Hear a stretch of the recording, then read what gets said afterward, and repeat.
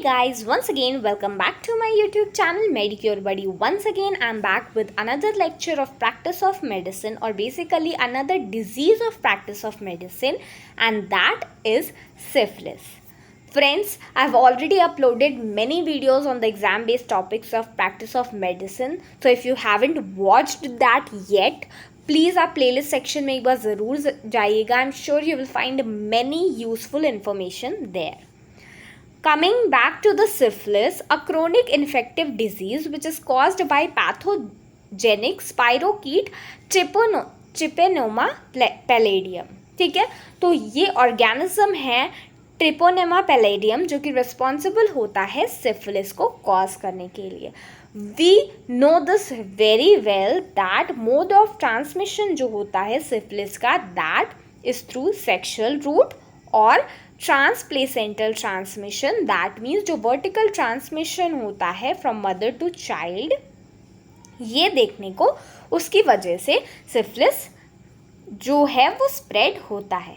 Risk groups की अगर हम बात करें तो ऑब्वियो है दैट अगर सेक्स की वजह से ये स्प्रेड हो रहा है, सेक्शुअल रूट है इसके स्प्रेड की, तो फीमेल सेक्स वर्कर्स और men who have sex with main और ईदर ड्रग यूजर्स में ये ज़्यादातर देखने को मिलता है. अपीयरेंस की अगर हम बात करें तो स्पाइरोकीट कैसा दिखता है? We have already seen spirochete. Microbiology में आप लोगों ने स्लाइड्स देखी होगी, तो कॉर्कस्क्रू लाइक अपीयरेंस होता है उसका, जिसकी लेंथ 6 to 20 माइक्रोन मीटर होती है और 0.10 to 0.18 इसका डायमीटर होता है. ठीक है, ट्रांसमिशन की अगर हम बात करें, again sexual route. Congenital syphilis कई बार मदर से चाइल्ड में आता है. ठीक है, एक्सीडेंटल पंचर, सपोज अगर कोई पर्सन सिफिलिटिक है और उसका जो ब्लड है वो बाई चांस किसी भी तरह कॉन्टैक्ट में आ गया नॉर्मल हेल्दी इंडिविजुअल के, so that can also spread syphilis. ठीक है, now friends, natural course of disease जो है, this has been mentioned on page number 1111 of API text book. वो टैबुलेटेड फॉर्म में दिया था. I could not transfer that into these notes, but आप उस पेज पे ज़रूर विजिट करिएगा. और wherever syphilis is given in API text book, वो टेबल बहुत अच्छी है, आपको बहुत अच्छे से जो पूरा कोर्स है डिजीज़ का वो समझ में आ जाएगा. ठीक है, आई am sorry I could not include that here. अब हम आ जाते हैं क्लिनिकल फीचर्स पर. तो प्राइमरी सिफिलिस जो होता है, अगर फर्स्ट मैनिफेस्टेशन, तो क्या होता है? Most common site of the lesion होती है जेनाइटेलिया. ठीक है, और इसका जो क्लासिकल अल्सर होता है उसको हम हंटेरियन कैंकर कहते हैं. कई बार इसकी वजह से जो आसपास के लिम्फ नोड्स होते हैं वो भी इन्वॉल्व हो जाते हैं. रीजनल लिम्फ एडिनोपैथी मिलती है, एंड जो नोड्स होते हैं they are painless and non tender. Secondary syphilis के अगर हम सिम्टम्स की बात करें तो फीवर, मेलेस, हेडेक, ये सारी चीज़ें तो नॉर्मल हैं, बट रोज़ पिंक कलर का रैश, राउंडिश लीजन्स देखने को मिलते हैं पाम के सोल्स पे, या फिर कई ऐसे एरिया पर जो कि वार्म या फिर मॉइस्ट साइट्स होती है, वहाँ पर ये कैरेक्टरिस्टिक सिफिलिटिक रैश देखने को मिलता है, जिसको हम कॉन्डाइलोमैटा के नाम से भी जानते हैं. ठीक है, next is generalised lymphadenopathy and neurological involvement can also be seen here. तो बेसिकली फर्स्ट स्टेज में हमें एक हंटेरियन कैंकर देखने को मिल रहा था जो कि पेनलेस अल्सर था.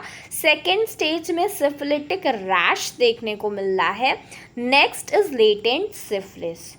अगर हम सेकेंडरी ट्रीटमेंट रिजॉल्व हो जाता है 4 से 12 हफ्तों में, तो पेशेंट एसिम्प्टोमेटिक हो गया और सिफिलिस अब छुप जाता है. ये लेटेंट सिफिलिस का पीरियड है. ठीक है, this is known as latent syphilis.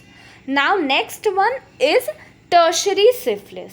ठीक है, टर्शरी सिफिलिस जो होता है वो क्या होता है इसमें बेसिकली एक बहुत पीजी पॉइंट ऑफ व्यू से इंपॉर्टेंट पॉइंट है दैट गुम्मा जो अल्सर है, this gummatous ulcer is observed in the late benign syphilis और basically the tertiary stage of syphilis. Cardiovascular disease मिल सकती है इस थर्ड स्टेज में और टर्शरी सिफिलिस में and neurosyphilis, that means sometimes the nerves can also get involved. Diagnosis की अगर हम बात करें तो जो डार्क फील्ड माइक्रोस्कोपी होती है ये सबसे मेन डायग्नोस्टिक मेथड होता है for the diagnosis of syphilis. उसके अलावा हम सीरोलॉजिकल टेस्ट्स करवा सकते हैं, we can go for VDRL, tissue biopsy बहुत अच्छा प्रोसीजर होता है, that can also help us in diagnosing syphilis. उसके अलावा polymerase chain reaction is also good alternative. Treatment की अगर हम बात करें तो पेरेंटेरल जो पेंसिलिन होती है वो फर्स्ट लाइन ऑफ ट्रीटमेंट होता है in case of all the stages of syphilis. ठीक है, so friends this is it about syphilis. I hope I have made you all understand.